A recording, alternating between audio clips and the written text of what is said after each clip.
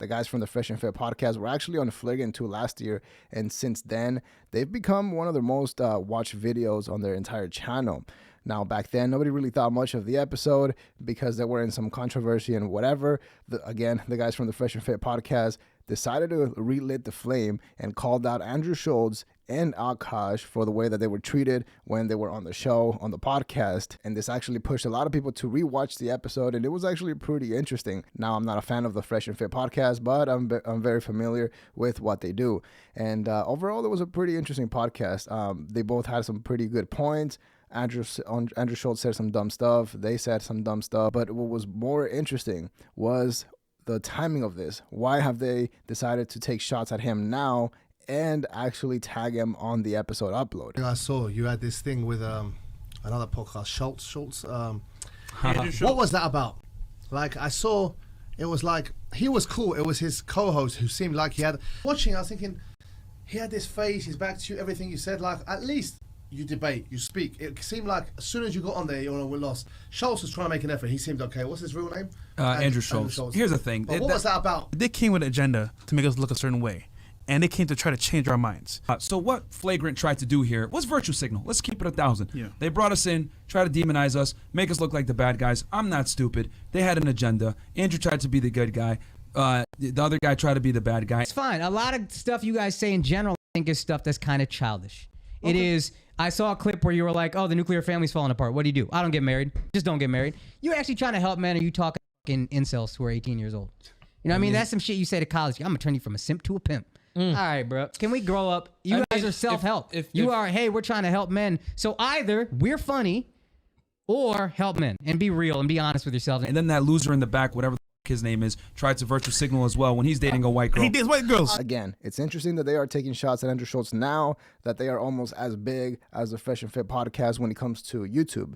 If you look at both of their Social Blade stats, you can see that they are pretty similar when it comes to monthly views and subscribers. When we look at the Social Blade stats for the Flagrant podcast, there's a clear jump from when they used to do around 2 to 3 million or up to 4 million views a month to now getting over 12 million views a month, which is completely insane. And it's a direct cause of the Joe Rogan episode, which has over 20 million views in only 8 months. That's insane. It's wild. Just to put it in perspective, it almost has more views than some of Joe Rogan's most viewed podcasts on his own YouTube channel. He tried to come in like, don't you guys think your views are a little misogynistic or problematic, or what's up with black women, blah, blah, blah. Bro, it's a joke. Aren't you guys considered flagrant? You guys can go ahead and make jokes. And here's the other funny thing too. Akash literally made a video about 10 years ago, right, where he was bashing black women. Yeah, literally. And I found the clip and I said, yo, you're a fucking hypocrite. Here's the other thing too. We, as you guys know, we agree with Andrew on 99% of the things. Now they're saying, oh yeah, Andrew Tate's right about a lot of stuff. Those are our same views. What do you now you want to go ahead and say, oh no, I agree with Andrew because, you know, it's a cool thing to do right now, etc. But y'all don't, when we say that stuff, you guys have an issue. You think that I fucking set them up. I said, I don't think that I was like, I don't think that's fair. Can I tell you something honestly about that? And this is how much I was looking out for them. I didn't want to put out the episode. I said to them, I was like, guys, I think this could make you look bad. You can have you guys back on again. We can do this again. We can have another conversation, but I don't want to take part in putting something out there where the internet is going to beat you up. That's not what this is about for me. We can have another conversation. Multiple times. I said, I don't even feel good. They hit me, yo, put it out. I'm like, is there anything you want edited? I can give it to you. You guys can take out anything. Is there anything you want removed? They go, no, put it out in its entirety. I gave advice on that because they said, hey, yo, Andrews is asking if, you know, like, should we edit anything out? And I didn't see it yet. So I'm like, wait, how was it? It was like, yo, no, I think, you know, they tried to get us and we got them. And I'm going to be honest. What they told me was like, hey, listen, I feel there were, and that's why I felt it was a good cop, bad cop thing. So I'm like, okay, they probably try to stick you guys up on a few points. And if you eloquently and logically explained yourself, right, that may make it look like it was a hit job, or it was a poorly executed hit job, it might make them look bad. And what he did was he cut out a part where the dude, the black dude in the back, interjected in the conversation, was talking about, well, don't you teach men how to coerce women? And I went ahead and debunked that little thing, and they cut that out. And the reason why Andrew cut that out is because his people look stupid. And I don't believe that Andrew Schulz had an agenda or a plan to try and expose them, and that he was trying to be the good cop and telling his friends to just bash him. I don't think so. Akash and Alex Media did get a little bit emotional, which made it very interesting for a few reasons. Overall, I think everyone was just taking themselves way too seriously. I mean, you have a Red Pill podcast going into an edgy comedy podcast.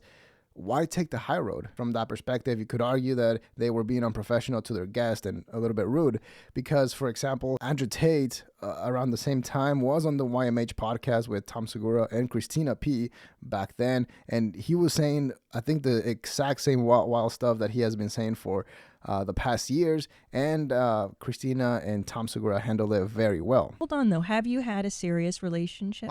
I have many concurrent serious relationships as we speak. Are you poly? No, because that means they can talk to other dudes. That's haram. That's atrocious. That's disgusting. Yeah. Throughout Agreed. time, and every single place on the planet has said that female promiscuity is disgusting to the point where females were executed for it. Yeah. And most of the world today, As they should be.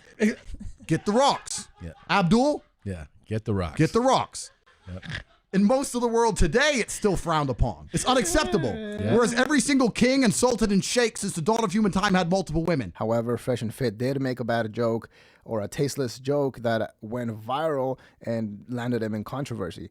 Now, at that point, they could have just addressed it, clarified, and moved on, but instead they decided to double down. So in that case, I don't believe it's hypocritical for Andrew Schulz to call him out for saying wild stuff while he himself says also some pretty insane stuff on his podcast and on his comedy, because they have been making it very clear that they are a comedy podcast and that they are comedians.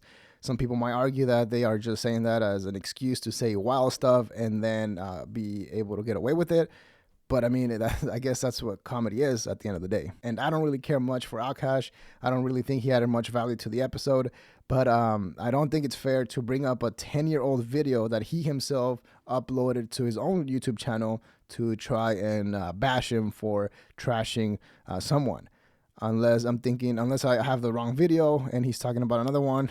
But either way, if it's at a comedy show, I don't know if it's a good counter argument for that. It just sounds like you're just pointing fingers and trying to find excuses for what happened. It's very unprofessional for them to do that. This is the first time I've talked about it openly like that. But the reality is that we would never do that to them. And they made themselves look like ass clowns. Honestly, I would gladly tell Andrew this to his face or Akash. Like, yo, what y'all did was not fucking cool. Right? I bit my tongue before because I was like, you know what, let's just hit our a million. We're getting a lot of heat right now, a lot of hate, whatever. We hit our million. I don't give a fuck anymore. If I saw Andrew, I'll tell him this to his face. I'll tell Akash that to his face. I'm not scared of them. Like, what y'all did was super unprofessional and not cool. Now, to say that they would actually confront Andrew Schulz and Akash to their face about how they treated them on the podcast says a lot about how they feel about the entire situation, which is a little bit insecure.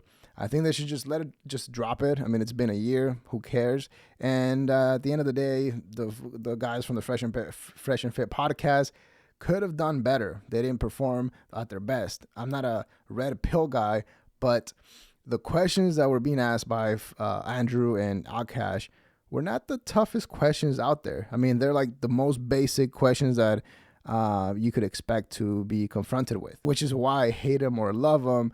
The reason why Andrew Tate was able to stay at the top or was able to be at the top of the online world was because he could sit through those uncomfortable questions and just, answer them straight on, regardless of how dumb or outlandish they sounded. Because even Andrew Tate himself has messed up and has backtracked on things that he said that he doesn't mean anymore and yada yada. So it was just, maybe just not the best decision to double down on a weird, tasteless joke when you're not even a comedian. But it is a fun episode to rewatch, especially now that we know that Andrew Schulz is basically in love with Andrew Tate, and the Fresh and Fit guys are basically like next in line in the whole manosphere thing or whatever. So I wonder if Andrew Schulz will respond to them. Pretty sure he will. It'll only benefit both of them. They're both killing it, I think. But it'll be interesting to see what happens. Let me know what you think in the comments below. Leave a like, subscribe to support the channel. Dislike if you didn't like the video. But that is all we have for today. See ya.